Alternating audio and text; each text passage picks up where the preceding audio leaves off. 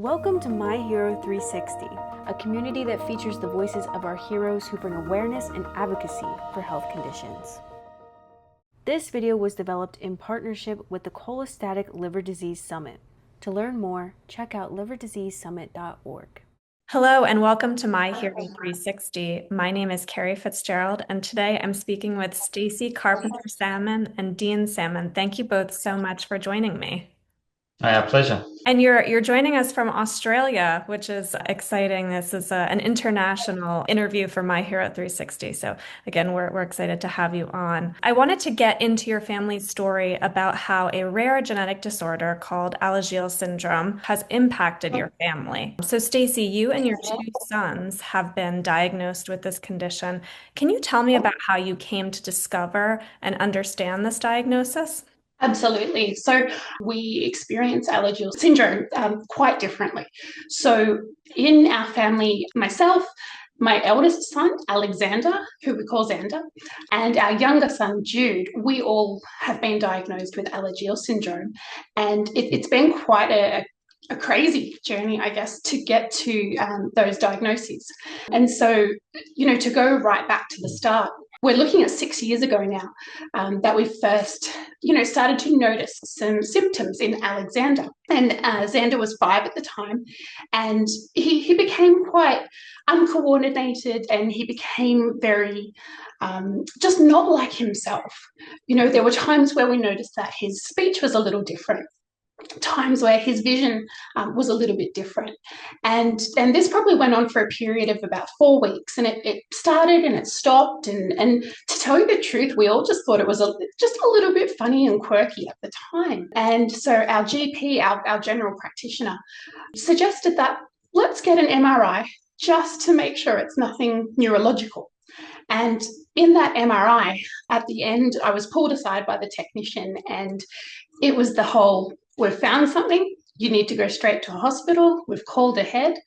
And that's all the information I had. And so over the next couple of weeks, there was lots of tests done. And what was found was that Xander had been having strokes, and he had very, very severe narrowing of both of the internal carotid arteries right up in his brain in a segment that is very, very difficult to access. So there was no idea about the cause of this, but we just knew that he was very much at risk for further strokes.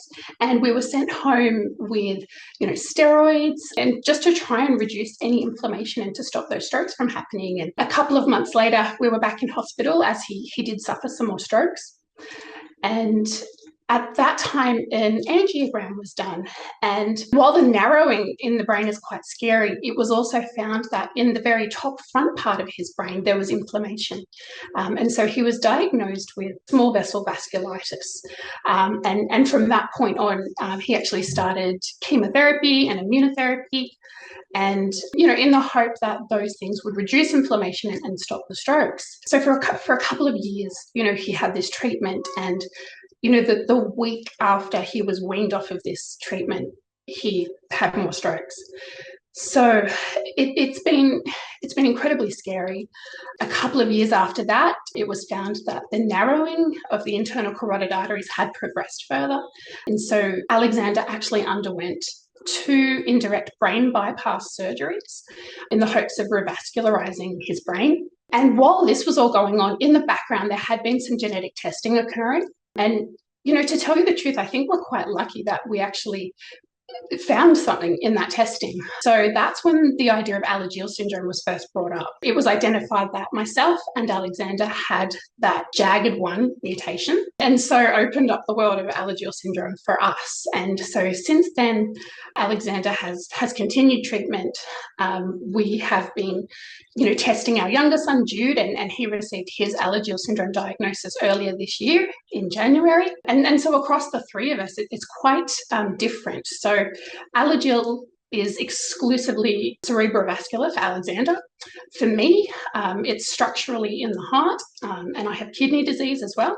And then for Jude, it's also in the vessels of his heart, different to how I experience it. So he has a bicuspid aortic valve, he has a slightly enlarged aorta. For us, the liver aspect of Alagille syndrome isn't really affecting our family.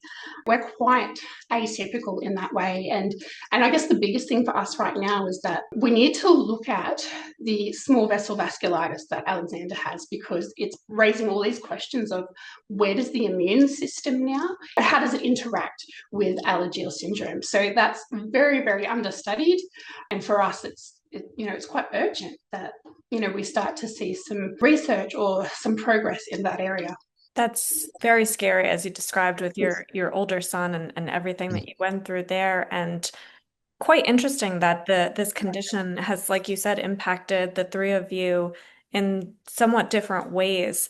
Dean, what has this been like for you to see this in, your wife and your children? I mean, it's obviously very difficult because all our lives have just changed so much. Day to day, like Alexander, every morning has 6 to 8 syringes of different medicines, same at night.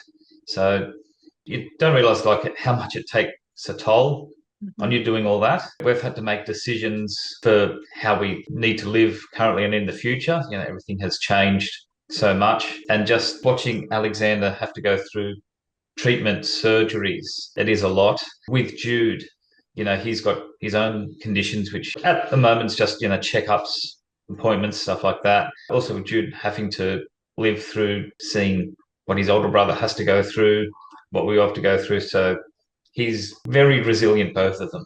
I can't imagine what that has been like for both of you. You don't expect this, right? When you have children to go through something like this. And so can you tell me about the importance of genetic testing and how it has impacted your family? We are incredibly lucky that we have had access to this testing. And it's all been through Westmead Children's Hospital in Sydney, and it's been completely free for us. And we have such a gratitude for that, because we know that for every family, access to that kind of testing isn't possible. And talking with geneticists in the States, we're able to see that the depth and the breadth of the testing that has been done for us in Australia is incredible. Around the world, other families just aren't getting that much information. And our genetic testing it's sort of opened up this box of feelings and memories, because we now know that my sister and her eldest daughter also have the same JAG1 mutation. What that's allowed us to do is then look back in the family tree, and our father died at the age of 38, and he actually died in surgery to correct a structural issue within the heart. So now we look back and we go, well, did Dad have Alagille syndrome? So that's been an incredibly emotional journey, I guess, to start talking about Dad again, and then looking at the broader family. And we have another sister, and having her tested. And yes, it's been really interesting. I'm sorry that it's extended in your, to other family members, but like you said, the power of genetic testing is that you can perhaps do something or prepare yourself or learn more. So I'm glad you had the, ability to get testing done. What would you say you've done as a team, as partners, to help one another through this whole experience, as well as to help your children, because it really has an impact on the whole family as a unit? I mean, we made a decision very early on, like we are a team. I mean, we're both big introverts anyway, so like we're not social butterflies. We just love each other's company, and from the beginning we're just like, okay, like this has to be a team effort. Stacey is a lot better in studying all the medical side of stuff, but yeah, it just comes down to everything, like in the home, like there's not chores for a single person. Some days I'll be up making the medicine and head off to work. Other days, Stacey will, make it. It just depends. We know what we've got to do together, and we just do it. Yeah, the biggest decision we made was, probably about this time last year. A couple of years ago, we built a brand new house, a nice big family home, designed it the way we wanted. And we're sitting there thinking, it's like, well, if anything does get worse medical-wise, we would be struggling to pay the bigger mortgage, somebody not at work. So we decided to sell our big, beautiful home, downgraded, got a smaller mortgage. we've managed to, reserve a bit of money in the bank just in case anything does happen. So just a bit of financial security, but also it gives us time to spend time as a family. So we're a Disney family. So whenever we can, like when we're in the States during summer, after Colorado, we went to Disneyland. We loved our Disney cruises. So selling the house has made it, better to go and spend time together. We've been shown many times that life is short and you have to, live in the now. Yeah. No point sitting at home doing nothing. Just get out there, live, make memories together. Yeah. And the experiences, right, together, Yes. like Disney, that I'm sure that's Yes. memorable and, enjoyable and just a nice time to spend together. What advice would you give to other parents who are navigating a difficult health journey with their own children? Yeah, and look, to tell you the truth, my answer is going to be probably a bit blunt and perhaps it's not going to be quite positive. But the main thing that I would say is be prepared to feel alone and be prepared to feel isolated, particularly with rare disease. And it's just the nature of it.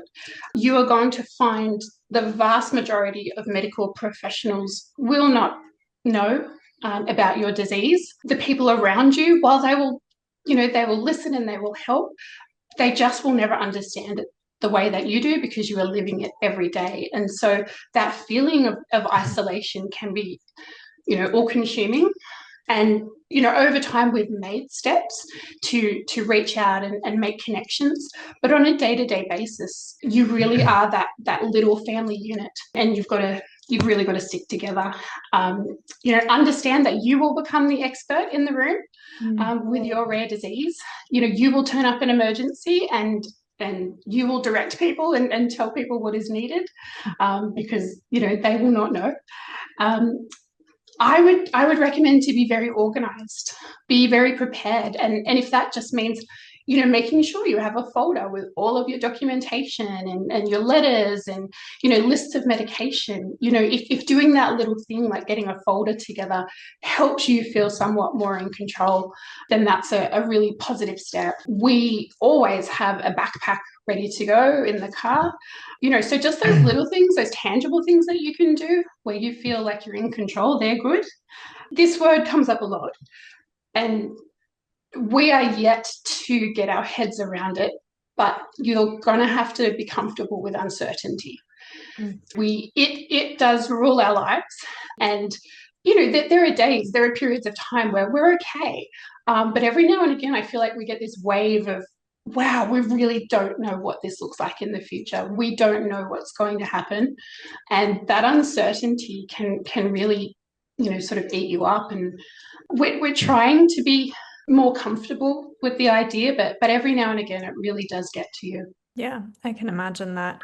You said that feeling out of control, and so trying to control what you can, right? Advocating for yourself, for your family, being that expert, right? It's something I hear in talking with, other families who are on a rare disease journey, like you mentioned, where you may not meet people who are experiencing what you're experiencing.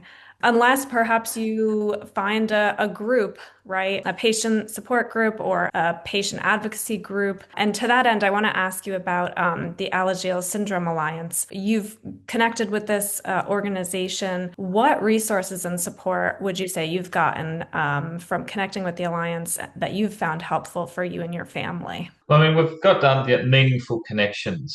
It's just good to speak and read about, other families who are going through the same thing. It doesn't make you feel alone, but it's reassuring. When we attended the summit earlier, or mid-year now, that was life-changing because we got a lot of information from the health professionals, but also just hearing answers from other family members. It's like, oh my God, yes, that applies to us as well. We've had something similar happen with the boys, and it all just fits in better, doesn't it? It's just like, okay, we can understand why, sometimes the boys get knee pain, the muscular, pains often associated with Alagille syndrome. Being able to access, research and information and give some of our information to professionals. I think Stacey is very prepared. So she had folders already made up of, the genetic testing, just a detailed history of what happened. So what you're able to give 3 of those folders away to, geneticists, doctors. Yeah, I think inherently everyone wants to belong. And so making that connection with the Alagille Syndrome Alliance, Roberta Smith and Cher Bork have really filled a gap for us. We felt so alone, and really, we do feel like there's a place where we belong. And, being able to fire off an email at any time of day and get answers really quickly, you feel physically lighter. That's wonderful that you've found some connection there. And you mentioned the summit, Dean. The Cholestatic Liver Disease Summit took place this summer, brought together, different stakeholders in the rare liver disease community, researchers, doctors, parents, children, to discuss kind of the latest research and care needs. And Stacey, you spoke at the summit. What was that like? Honestly, we'll say that it was one of the most significant moments of my life, because we've spent nearly 6 years now feeling like there was nothing that we could do. And to be able to be in a room with the most important stakeholders related to Alagille syndrome and to have our opinion and our story validated, it was such an incredible feeling. And yes, I don't think I'll forget that for a long time. And, we've had ups and downs in this journey where we haven't felt like we were an equal voice at the table. So I think what this actually did for my sense of confidence and my mental health in general was just enormous. And I can't express enough what that did for me to be able to share our family story. Got a weight off our shoulders, really. That's great. And to that point about, not feeling like you had a say in some things, would you say there's any continued areas of need in the medical system, either specific to Alagille syndrome or more broadly, that you really want to impart on the medical community, being in the position you're in and what you've experienced personally? Well, I think one of the biggest thing is just the mental health support. Mm-hmm. And that many times we've been in hospital, you go through this, but there's no real, I suppose, holistic approach. They'll treat you, give you medicine, then, when it's time to go, they'll show you the door, in a nice way. But there's no real, checking in on the families, seeing how everyone's going in day-to-day life, work life, the stresses that it all can, bring down on you. And if I can add to that, Dean, so Alexander and Jude are both autistic. And so that has, molded our journey in quite a different way than it would, I guess, for neurotypical children. And I think I've been quite surprised over the last 6 years that there are gaps in care for children who are autistic, and whether that's going to a regular appointment, say a pathology appointment where blood is being drawn, and perhaps not seeing the understanding for the sensory needs of that child that we had assumed that was possibly there. We have great examples of where Alexander's autism has been validated. He has serious oral sensitivities, and so quite early on, he had surgery to have a stomach peg placed so that all of his medication doesn't have to be taken orally. And that was such a wonderful validation of his needs as an autistic child. But there are certainly other areas where we were quite surprised, and we would like to see it improved. And what do you wish people, or what do you want to impart on people who may not be familiar with this condition? What should people take away, from what you have experienced? I think first and foremost, rare disease is often not seen as quite as serious as I guess people need to see it as. At the end of the day, Alagille syndrome can be fatal. And I guess we've always felt just a lack of understanding about how serious this syndrome can be and what that means for our life today. I really wish people would understand that the stuff in life doesn't matter. Having the pretty house with all of the things does not matter. All of the silly things that happen in everyday life, they really do not matter. And so living with it, just a sense to live now and enjoy today is really, really important. Yeah, I think that's a really beautiful reminder for anyone, like you said, that the silly things don't matter. It's, it's your family, it's your loved ones that really are just so important, and to try to remember that when you're going through something simple. We like to close out our My Hero 360 interviews by asking the same question of all of our heroes. What would you tell your younger self or yourself from a while ago, knowing what you know now? I would say first, you think that you won't be able to do it, but you will. I remember us thinking, oh my goodness, like he might have to have brain surgery one day. And that was the worst possible thought in the world. And it is horrific, but we did it. We got through it. You can do it, So yeah, you think that you won't have the strength to do it, but you can do anything. You really can. I would also say you're going to have to step up and you're going to have to advocate for your child. And that's okay. It's going to be tough, but it's going to be okay. You can do it because it's your child. You can do it. And I would also say take help from people. We, like Dean said, we are introverts, and people are so lovely and wonderful when horrible things happen in life. And so I would tell myself, take the help from people. You're going to need it. And I suppose one of the things is, your child probably better than, most medical professionals you're going to come across. So you've just got to, really let them know this is what's what. Those are all really important sentiments. And I just want to thank you both, Stacey and Dean, for sharing your story. Your experience is so important for other families to hear who are navigating a rare disease diagnosis and health journey. And surely sharing your insights will make an impact on others. So I just want to thank you again for speaking with My Hero 360 today. Well, thank you for the opportunity. Thank you very much. For more information on Alagille syndrome, please visit alagille.org.